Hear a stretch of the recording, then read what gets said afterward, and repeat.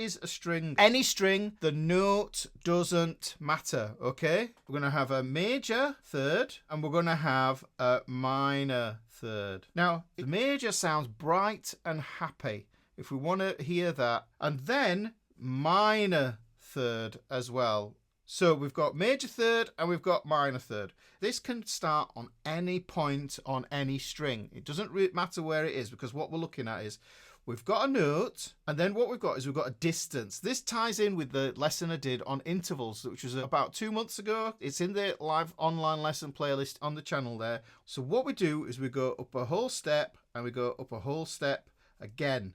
So if you wanted to count up, including the fret that you're on, 1, 2, 3, 4 frets, you could look at that as being one step and another step. That distance there is a major third. Now, the way I see major and minor is that major means a big thing. This is super important. Now, we've got to imagine that major and minor is less. That's the easiest way to look at it. What that does physically on the guitar, on the strings, these are the fret wires, this is the string. If I go a step, but I don't go up a full step now, what I do is I go up a half step. So I go up a half step, and you can see that what happens is I've gone 1, 2, 3 frets. So you can see this, 4 frets, and this is 3 frets, which means that it's 1 fret less. Now let me just get some symbols out of the way. Writing stuff out like this, it's all about being able to convey an idea to somebody else quickly. We're going to use this delta symbol here. Now we use it in chords for major 7 and stuff like that, but for me, it just makes sense to just use that as the major symbol. It's a shorthand thing. Instead of writing out major, you saw how scruffy my major was there. If I draw a triangle, it's nice and easy to draw out. So we're going to use this symbol here to denote major, okay? Because minor is about taking 1 fret away, we go down 1 fret, then what we're going to do is we're going to use a minus symbol. So that's going to be minor. And just going back to this here, we could look at this as being a 3 there in our chord formulas and scale formulas, whereas this one would be the flat 3, because what's happened is if we take the major third and we go back 1 fret, then we flattened that 1 fret. So it's become flattened. This is why the minor third is also aka known as a flat third. Major third, it's that important that we don't need to change anything on it at all. These are the 2 things that we're going to use to figure out these triad families. So the next one we're going to have is augmented. Now, if somebody has an augmented ego, then they've got a big ego. They're probably an augmented personality. I'll just put that aug there, yeah? Aug for augmented. We're going to use this circle symbol here for diminished. Now, this is where I am a stickler, just like how I write my Roman numerals with uppercase and lowercase to denote major or minor. You'll see why as these chords manifest themselves. So when we make a triad or a chord, these are your standard cowboy chords. They only use 3 notes. What we have is we'll start off with the master chord, if you will. The master chord has these ingredients: the root, the third, and the 5th. Now, this is the formula for a major triad. That's the formula for your major triad. Because this is a major triad, the distance between the root and the third is a major third. Does this make sense why I'm putting this triangle here? Because I'm saying that this is a distance of a major third there. Because we're only dealing with thirds. So going from the root to the third, we get some kind of third.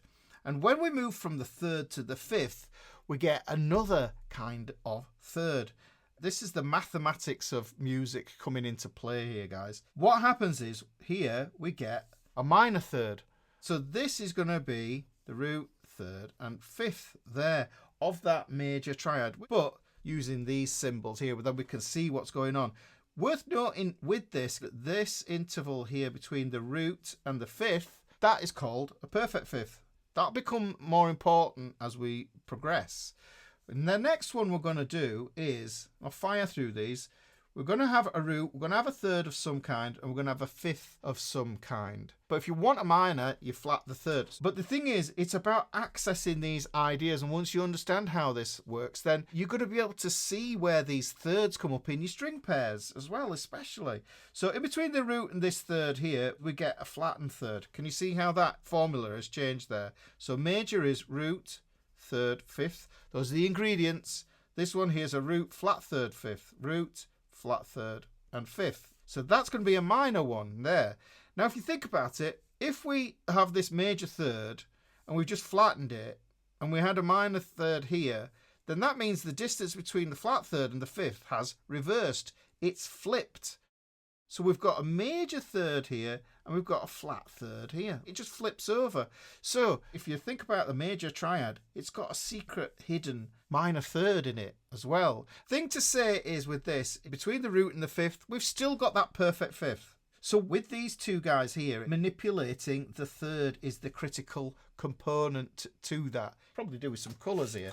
We've got this third. That's why something is major or minor. You can see that the root hasn't changed, the fifth hasn't changed if we're using note values in there. Now the next one we're going to do is this augmented. Notice how I spell it. Root, third, and here's the formula. We get a sharp 5. So let me just draw that here. Root, third, fifth. Now we're going to get this sharp 5 here. Now sometimes you get this symbol as well. Chord 3 in the melodic minor or the harmonic minor, you probably get something that looks like that. So that would denote that it's a major chord with an augmented fifth. This is how you decipher this sort of language out here, just by understanding a few of these symbols. So we've got as roots, we've got as third, and we've got as sharp 5 here. Now the cool thing that happens is we still maintain this major third here. We're going from the root to the third, just like the major.